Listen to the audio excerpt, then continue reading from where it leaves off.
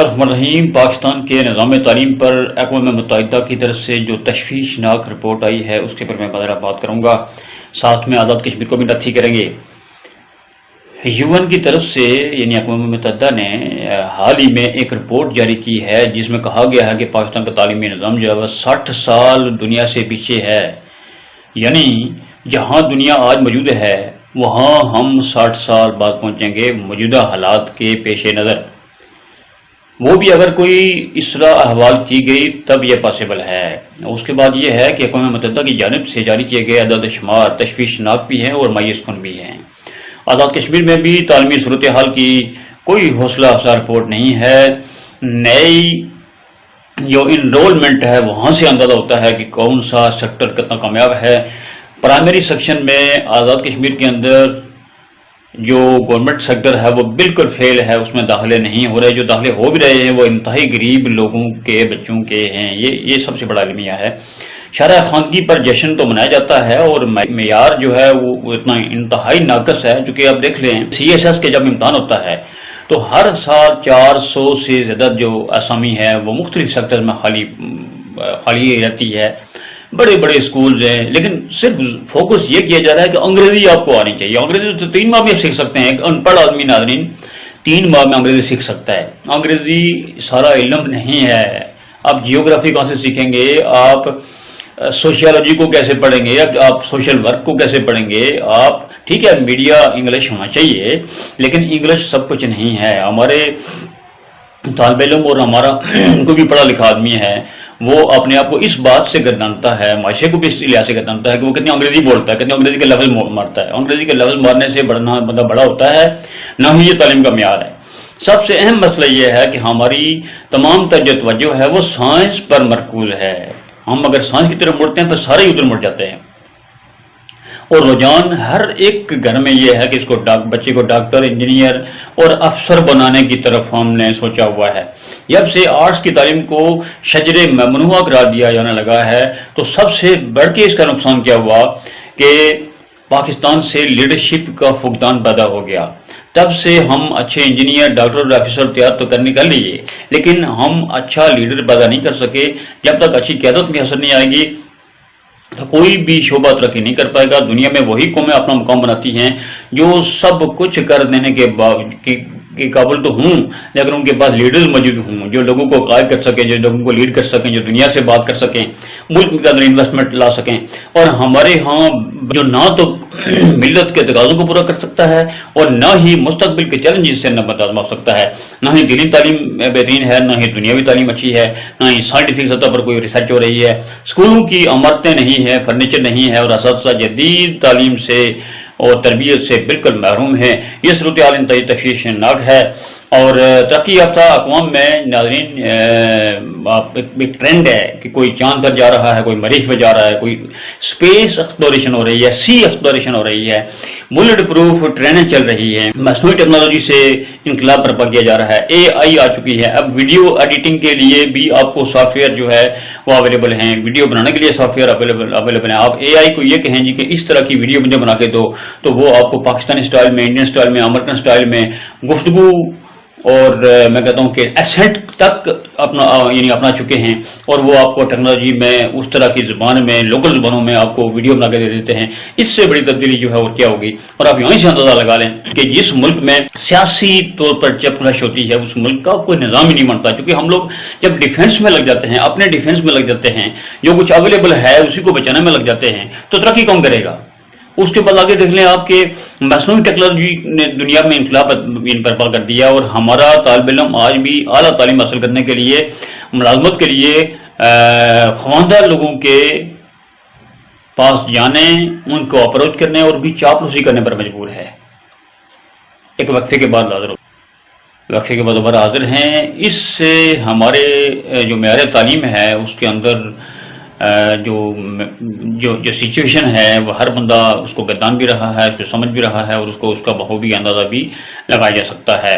اگر موجودہ صورتحال برقرار رہتی ہے، عام طور پر جو ہمارا جو نظام تعلیم ہے اس کو جدید ترین خطوط پر استوار نہیں کیا جاتا تو ہماری آنے والی جو نسلیں ہیں اور وہ دوسری قوموں کے مقابلے میں کسی صورت بھی کھڑا نہیں ہو سکیں گی، اور ملک اوور آل جو ہے وہ ناکام ہو جائے گا، اور ان کی بقا کے لیے ضروری ہے کہ ان کو جدید خطوط پر استوار کیا جائے، انویسٹمنٹ درکار ہے۔ بدقسمتی سے حکمرانوں کی جو سوچ ہے اس کا محور اپنی ہی ایڈجسٹمنٹ ہوتی ہے، اپنی پارٹی کی ایڈجسٹمنٹ ہوتی ہے، اقربا پروری ہوتی ہے، اور خاص کر میں آزاد کشمیر کے حوالے سے بات کر رہا ہوں۔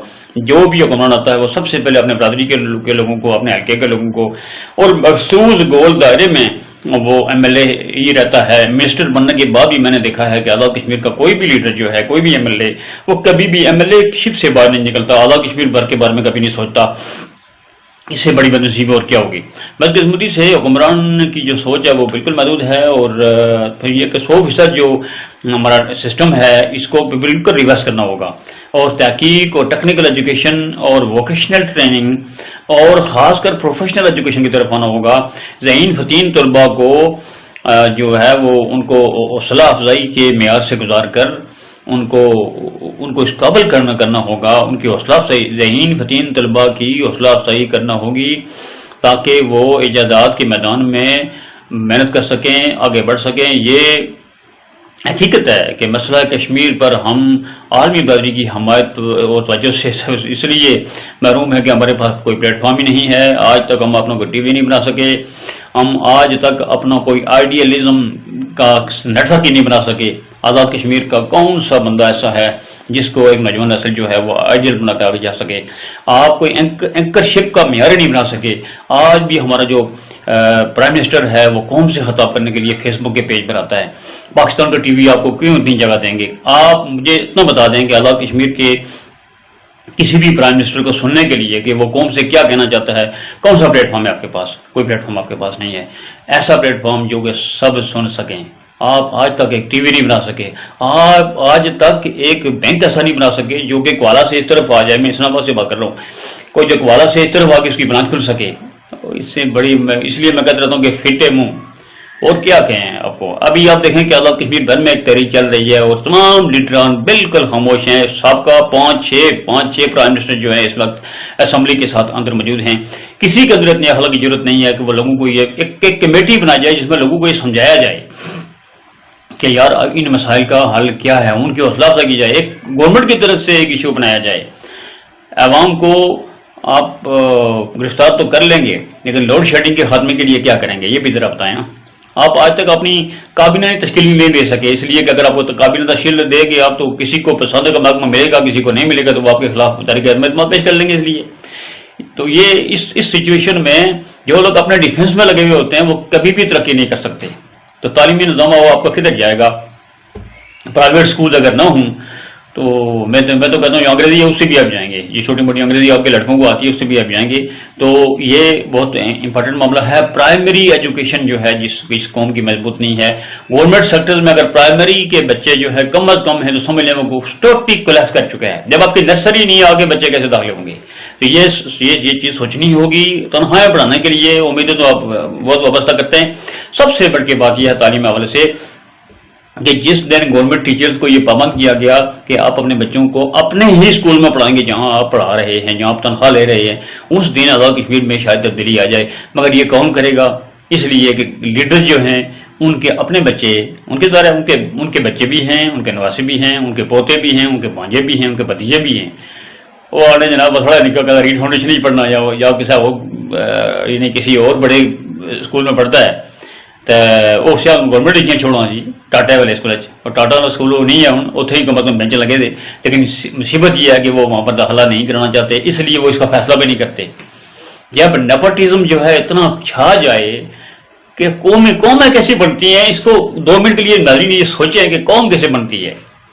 قوم کبھی بھی برادرزم سے نہیں بنتی، قوم کبھی بھی نیپوٹزم سے نہیں بنتی، قوم کبھی بھی چھوٹی سوچ سے نہیں بنتی، پارٹیزم سے نہیں بنتی، علاقائیزم سے نہیں بنتی۔ ازم کہیں بھی ہے، کہیں بھی ہے، ایک ہی ازم ہے بس، مسلمان اور کافر، دو ازم دنیا میں جو ریکگنائزڈ ہیں، باقی سب جھوٹ فراڈ ہے، باقی سب فراڈ۔ جس ازم کا ذکر قرآن مجید کر رہا ہے اس ازم کو اگر پکڑو گے تو آپ کسی قابل ہو جاؤ گے، ورنہ دنیا میں کسی بھی جگہ آپ کو لاتیں پڑے گی۔ کیا عزت ہے ابھی آپ کی؟ کیا عزت ہے؟